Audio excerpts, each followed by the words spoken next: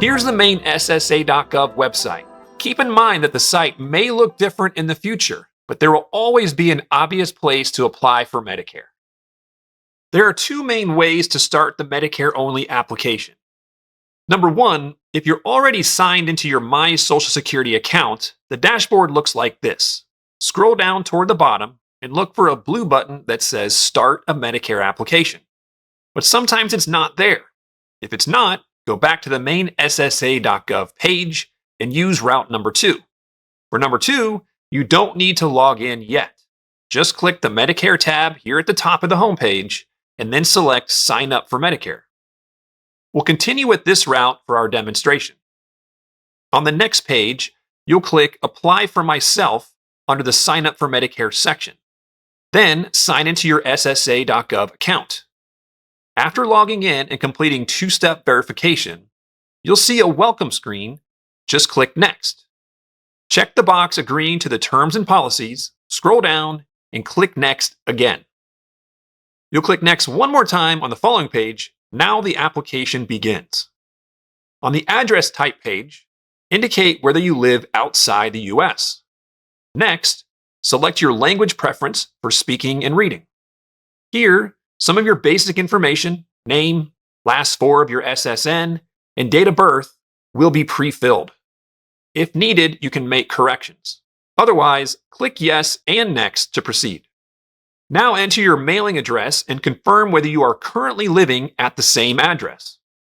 The system will ask you to verify the address format.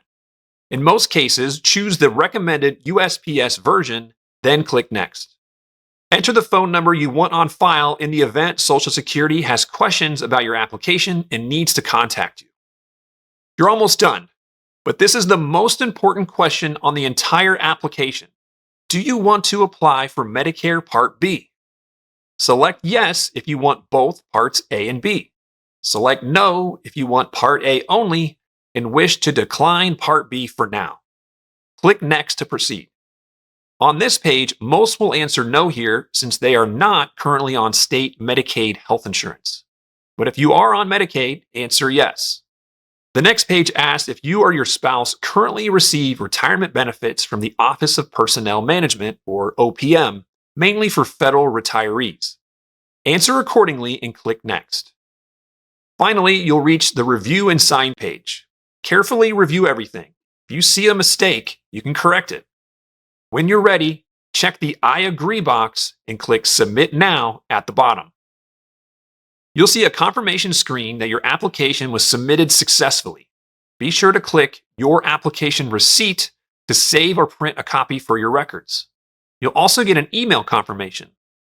Then I recommend you go back into your SSA account to confirm the pending application shows up under Your Benefit Applications, as shown on the screen. When the application gets to step 3, it's finalized. During your initial enrollment period, approval can happen in as little as 24 hours, though it sometimes takes a few weeks.